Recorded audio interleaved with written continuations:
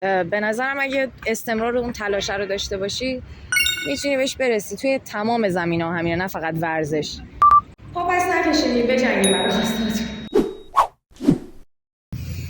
سلام، یه معرفی کنم. ستایش هستم، 19 سالمه. Hello, friend. بریم بریم. اینا رو بگیرید دو دستی همه رو اینا یه بر بزنی یکی رو برداری. عالیه. مهاجرت. چرا؟ آزادی. آزادی تو چه خلاصه میشه؟ راجع به خودت تصمیمایی که دلت میخواد بگیری، آزادانه فکر کنی، آزادانه لباس بپوشی، آزادانه هر کاری که دوست داری انجام بدی. کشورت هم انتخاب کردی؟ بله، آمریکا.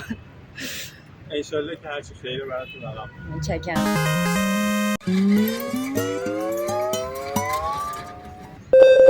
توی 10 ثانیه اسم 3 تا شهر که با میم شروع میشه. نمیتونم. ماهشهر؟ Yes? واقعا نمیدونم. مشهد؟ مشهد؟ حسینیه. نمیدونم.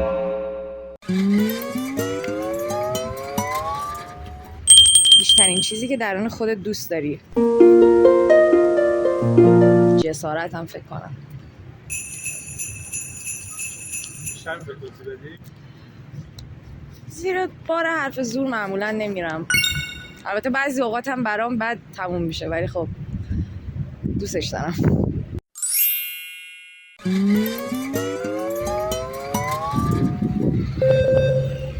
توی 10 ثانیه 3 تا میوه که نقطه نداشته باشن.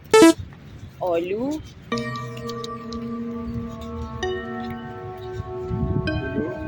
لولو، نمیتونم. تو اینجور چیزا ضعیفم. بیشترین کاری که آرومم میکنه ورزش، بوکس. بهت نمیخوره قد خشونت داد باشم. خشونت خانگی هم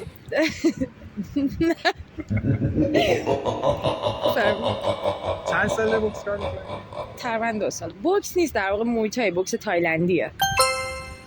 حرفه‌ای دنبال میکنی؟ نه، آره نمیشه اونقدر سنگین. 2 سال.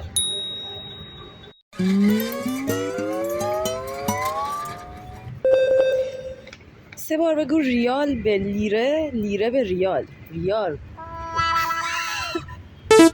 میتونم بخونم؟ آره بخون یه بار. ریال به لیره، لیره به ریال، ریال به ریله.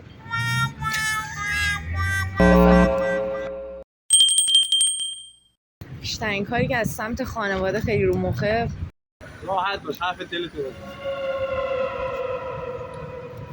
احساس میکنن که وسیله شونی، اسباب بازی شونی.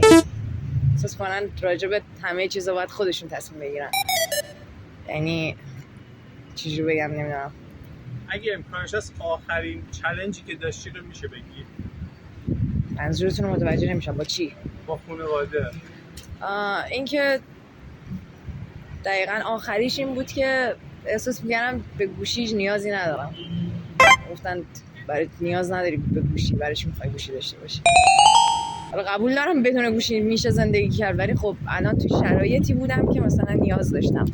یه جوری مثلا کلا رفتار میشه، فکر کنم اکثر همسن و ساله منم همینطوریه وضعیتشون، که مادر پدرها حس میکنن که چیزی که مثلا خودشون نشدن رو دوست دارن بچه‌هاشون بشن. دلشون خودم راهی خودشون دوست داشتن و نتونستن برن و بچه‌هاشون برن. اینطوری بگم.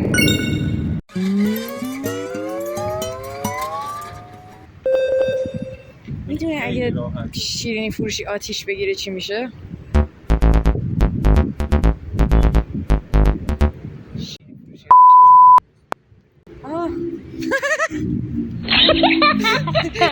من اینجور موقعات کلا قوف میکنم.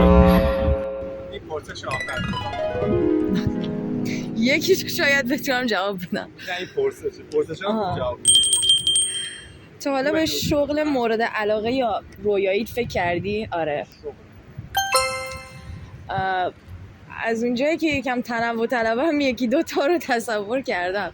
یکیش در حوزه موسیقیه، یکیش هم در حوزه بیزنس های خیلی بزرگ، تجارت و اینجور چیزا. به اینجور چیزا خیلی فکر میکنم. خیلی دارم میخواست موزیسین شم، ولی خب موزیسین چه سازی؟ گیتار الکتریک. ولی خانواده از بچگی حالا ساپورت نکردن سرم این. یکم دیر شروع کردم ولی خب هنوز به اون سطحی که باید نرسیدم. الان داری یعنی؟ بله. و میزنی؟ آره. یکم کم و بیش جدیدم ول کردم ولی خب میزنم.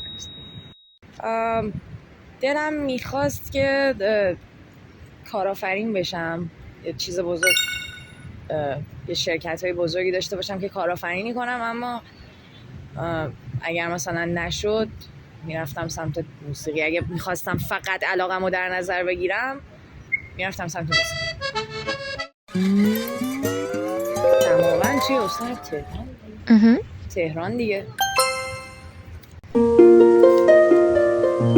مرسی که تو چالش ما شرکت کردی. متاسفانه یه تونستی درست جواب بدی، ولی خب چیزی از ارزش‌های شما کم نمیشه. متشکرم. مرسی.